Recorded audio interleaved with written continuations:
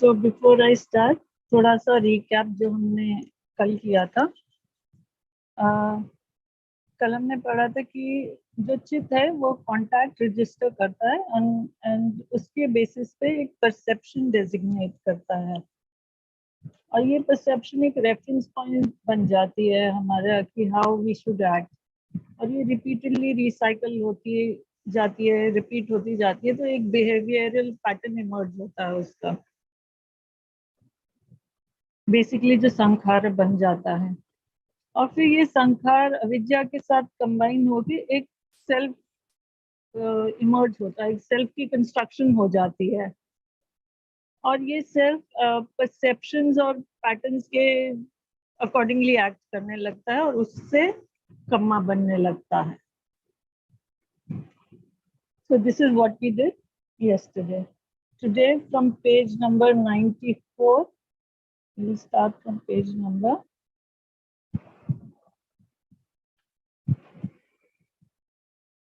94. Chit and Kaya, the affected field. The programmed conditioned chit generates further program and conditionings.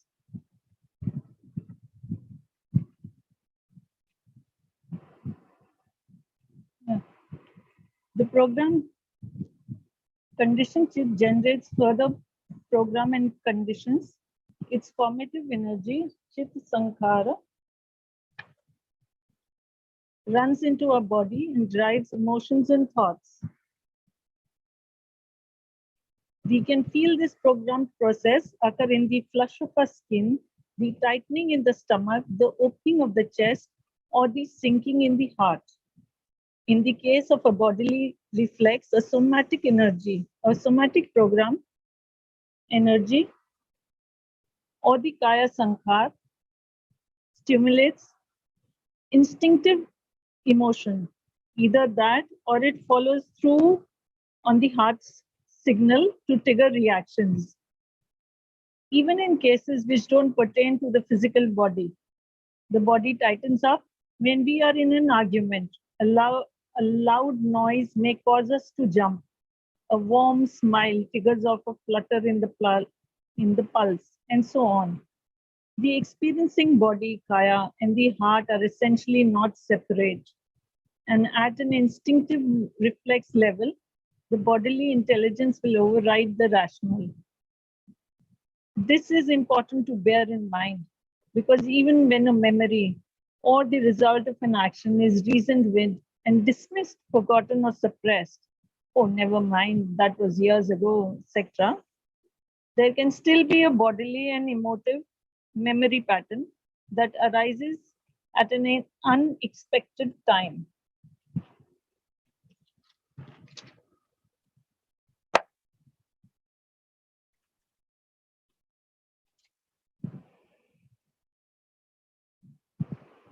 तो चित्त और काया जो प्रभावित फील्ड है उसके बारे में पढ़ रहे हैं।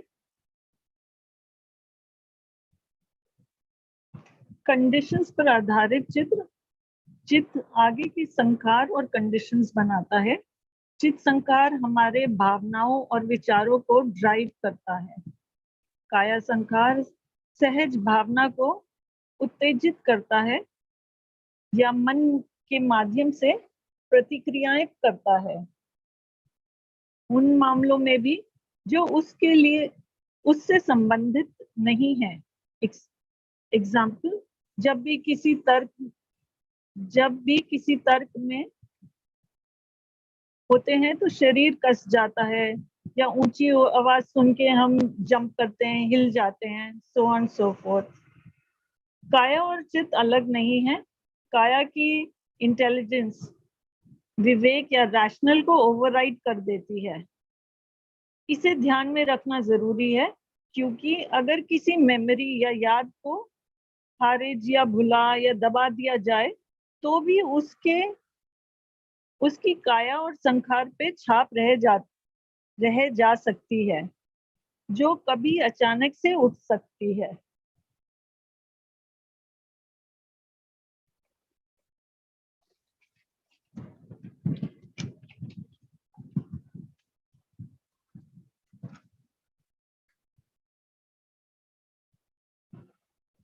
Consequently, in order to clear those effects, you have to meet them in aware embodied presence.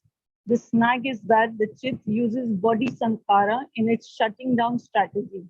Then pieces of that memory get buried under the body's armoring or numbing programs.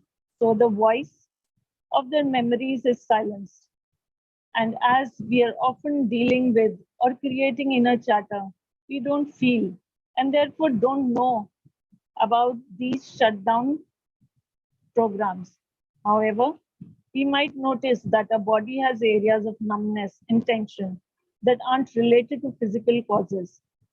Such conditions may indicate that the bodily intelligence has closed over some afflicted or traumatic residues.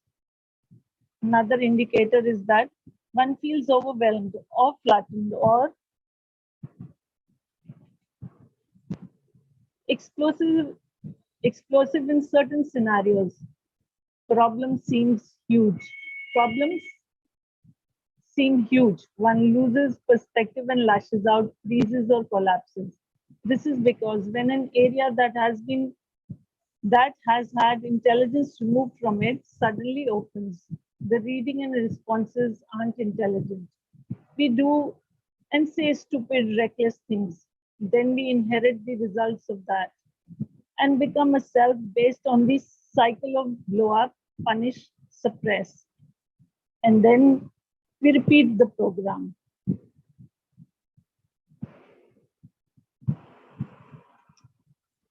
फलस्वरूप उन प्रभावों को दूर करने के लिए आपको जागरूक रहना होगा. प्रॉब्लम ये है कि चित्त काया संखार का उपयोग करता है और कुछ वहां और कुछ यादें वहां रह जाती हैं. ये यादें भूल गई सी लगती हैं, मगर हम देख सकते हैं कि काया में तनाव है और उसका संबंध शारीरिक कारणों से नहीं है. ऐसी स्थितियां संकेत देती हैं कि काया किसी दर्दनाक हादसे के अवशेष से अफेक्टेड है. दूसरा संकेत ये है कि कुछ स्थितियों से व्यक्ति व्याकुल, अभिभूत या डिप्रेस महसूस करता है. समस्या बहुत बड़ी लगती है और व्यक्ति सजगता खो देता है और आक्रामक या फ्रीज या ढह जाता है.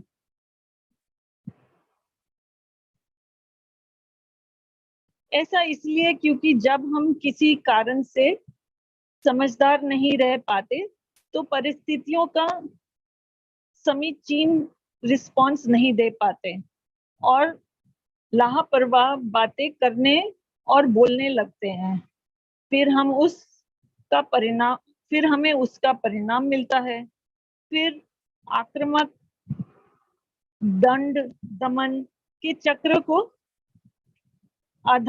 चक्र के आधार पर सेल्फ बना लेते हैं और फिर इसे दोहराते जाते हैं.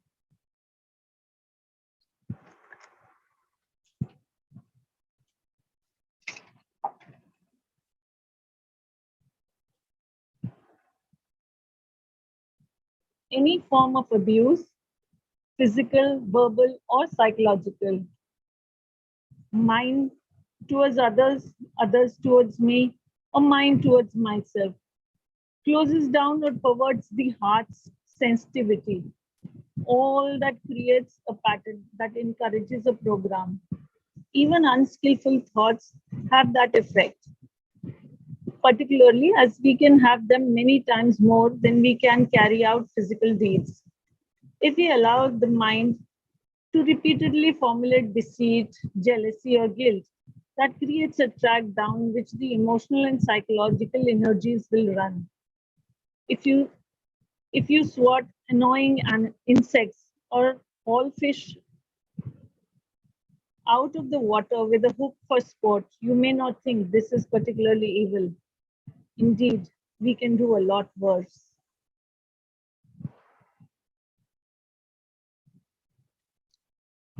दुर्व्यवहार का कोई भी रूप हो, शारीरिक, मानसिक या मनोवैज्ञानिक, दूसरों के प्रति, दूसरों का मेरे प्रति या मेरा अपने प्रति, मन में भावुकता को भ्रष्ट कर देता है।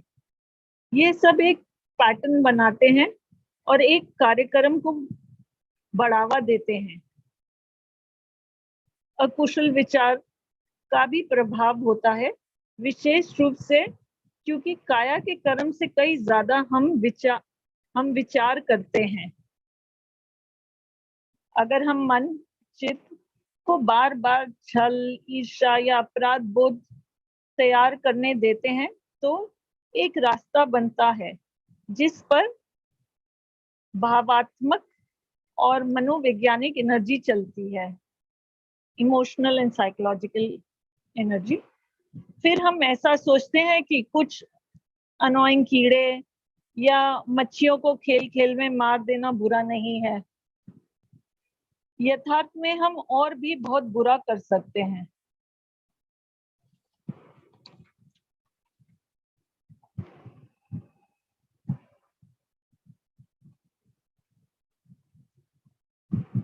But with any decisive action, we generate a ripple in the chit. Repeated, it becomes a pattern that energy flows into, and a sankhara track. A potential for further action gets established. With any act of harming or abusing, the ripple forms a way that obliterates respect for life. If it isn't acknowledged and caused to subside, it can extend its disregard to legitimize killing bad people and any inconvenient others. Genocide was supported by the notion that indigenous people were subhuman, so they could be treated in the same way that we've learned to treat animals, especially if they were occupying land that we wanted. Sadly, it's also the case that the state demands that its citizens fight and kill others in a war and thereby do violence to their own hearts. Whose fault is that?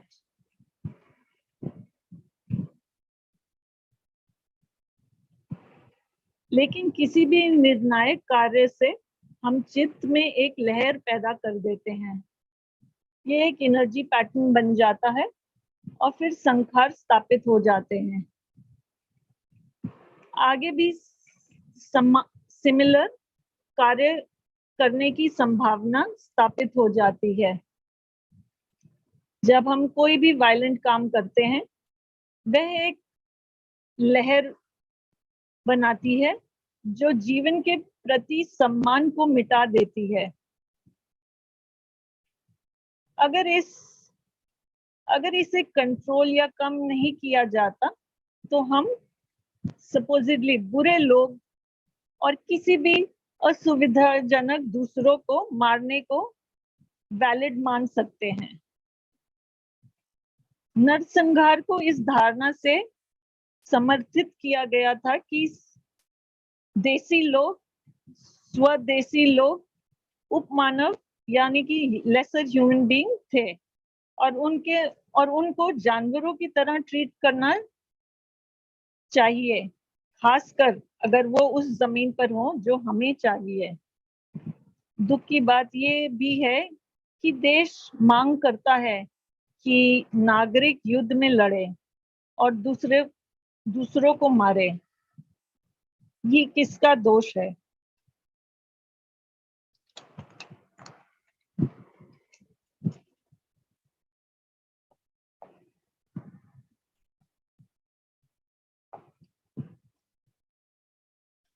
Ignorance has to be the answer.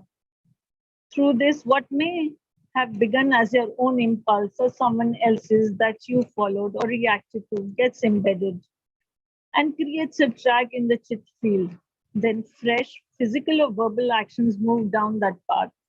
To use an analogy, a wild pig, alarmed or excited by something or another, darts through the undergrowth in the forest. It thereby creates a track.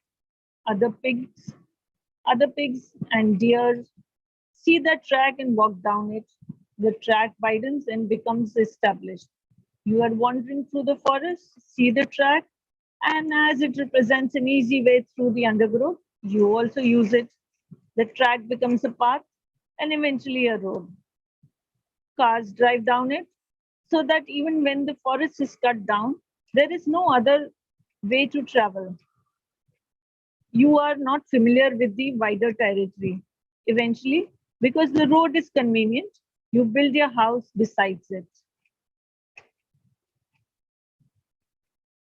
Beside it. तो जो अजान ने इससे पहले question पूछा कि whose fault is it, किसकी गलती है, उसके लिए अजान कह रहे हैं अविद्या ही जवाब हो सकता है। जो कार्य आपको अपने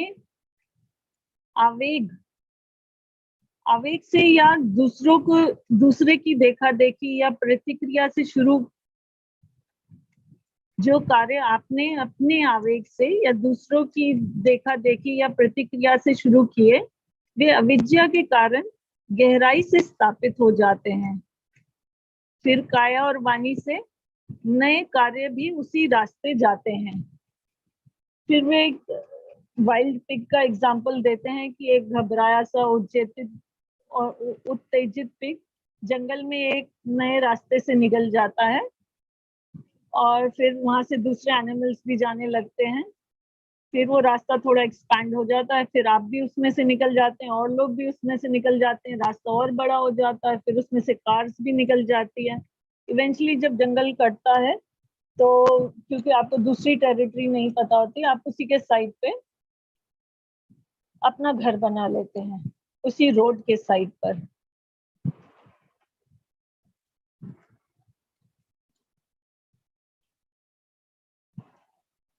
That's how it is. The mind keeps running down sankhar tracks that were established through a careless impulse or by chance or even by other people. People can still feel chronic guilt over the heedless actions of a decade ago. And we can also harbor grudges or be running programs of self-disparagement and lack of worth over actions and attitudes that we've been the recipients of. Worse still, when it's bound up with the self-view, an identity gets built next to that track. That failed evil self is who I am. In such a case, when we do something, we feel that we are bound to get it wrong and look out for signs of disapproval.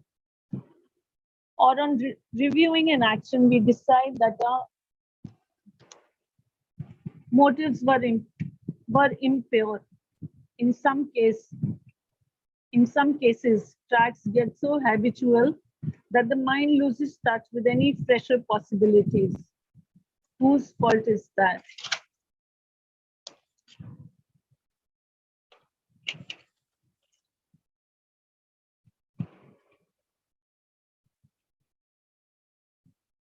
तो जान कहते हैं वैसे ही जैसे रास्ता जो उन्होंने आगे वाइल्ड पिग का दिया था, वैसे ही जो रास्ता हमारी लापरवाही से या संयोग से या दूसरे के द्वारा स्थापित हुए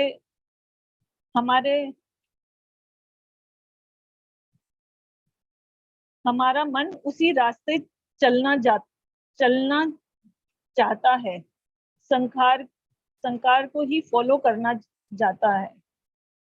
वैसे ही जो रास्ता हमारी लापरवाही से या संयोग से या दूसरे के द्वारा स्थापित हुए, हमारा मन उसी रास्ते चलता जाता है, संकार को ही फॉलो करता जाता है।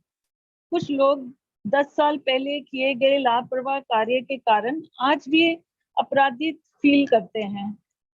हम शिकायतें या आत्म तिरस्कार भी काफी टाइम रखते हैं। उससे भी बुरा है कि ये आत्मदृष्टि मैं मेरा से बंध जाती है और पहचान बन जाती है।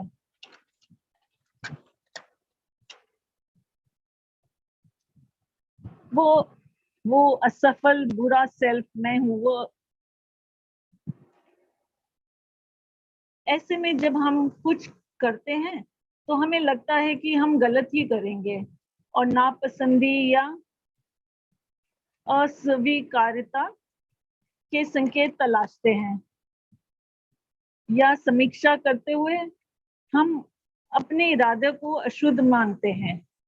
कई बारी ट्रैक से हम इतना आदी हो जाते हैं कि मन और संभावनाओं के संपर्क खो देता है। ये किसकी गलती है?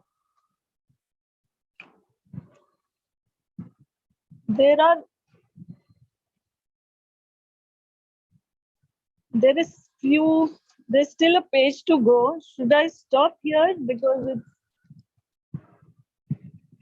time? In case anybody has a question, नहीं है तो then I'll carry on. नहीं तो मेडिटेशन के लिए टाइम नहीं रहता।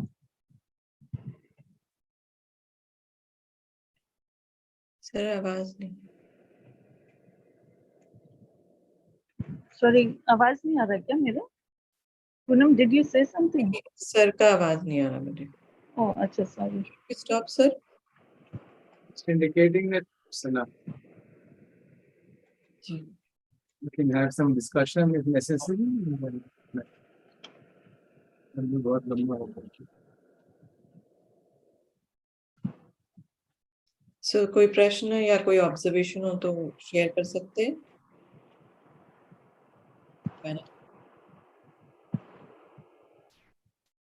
Just a quick summary, पायल जी, जो भी पढ़ा। समरी वही है कि जो हम के संखार माने जो हम करते जाते हम एक पहली चीज इम्पल्स से कर देते हैं या किसी का देखा देखी केयरलेसनेस में कर देते हैं, उसके बाद रिपीटेडली उसे फॉलो करते हैं तो वो पैटर्न वाइड आउट होता जाता और संखार बनते जाते हैं। एंड देन हम उससे इतना ज्यादा हैबिचुएटेड हो जाते हैं कि हमें कई बार पता भी नहीं चलता there are options available other than this.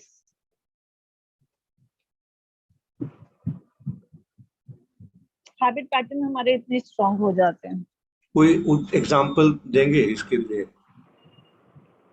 वो वाइल्ड बोर का उन्होंने एग्जांपल दिया था ना कि एक चीज ऐसे गलती से निवेदन करूंगा just to minimize that each one of us can investigate ourselves and find out the very habits कैसे continuously बढ़े जा रहे हैं। The whole summary of all that is that if you are not mindful, how will you respond to the world? By sankharas. It's simple, and therefore sankharas will keep on building up. हमारी जो आदतें strong होती जाती हैं, कैसे होती जाती है, इसीलिए होती हैं। तो हम सब अपने अपने जीवन में देख सकते हैं हमारी आदतें कैसे स्ट्रांग हुई और क्यों हुई, क्योंकि हम सजग नहीं थे, we are not mindful. That's it. Sir शुरुआत में ऐसा भी बोल रहे थे कि जो बॉडी है वो sankhara has an impact on your body also, ऐसा sound, that is what I could मतलब ऐसा। हाँ, it does. I did mention it yesterday also that when same habit pattern is done, मान लीजिए किसी गुस्से का संस्कार है, बार बार गुस्सा करता है, it affects a particular organ of the body. So you can say that the effect of that is stored in that. तो ऐसा कह सकते हैं कि जैसे अगर सपोज जो बीमारियां होती है, मैं जस्ट साइकोसोमैटिक डिस्ट्रेस तो इसी कारण होती है। हाँ, सारी बीमारियां इसी कारण नहीं है, बट आजकल के जमाने में जो सोचने वाले लोग हैं उनके अधिकतर बीमारियां इसी कारण, नाना प्रकार के तनाव के कारण, गुस्से के कारण एक तरह का प्रॉब्लम, घबराहट के कारण एक तरह की प्रॉब्लम, आशंका के कारण एक तरह की प्रॉब्लम, और अगर आपका कंफ्यूजन बहुत ज़्यादा है तो एक तरह की प्रॉब्लम। तो they are directly related. I had shown once long back a diagram, इसमें दिखाया गया था कि अलग अलग मेंटल स्टेट से कौन कौन से बॉडी के पार्ट अफेक्ट होते हैं। It's not very well known.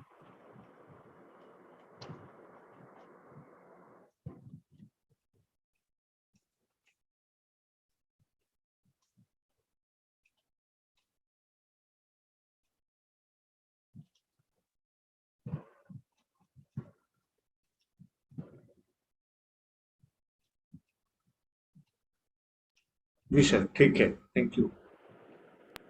Ji sorry, आपने शायद कंप्लीट नहीं किया था। If you want to ask. नहीं नहीं ठीक है, I got it. What sir said, what sir summarized, and what we need to do. Thank you.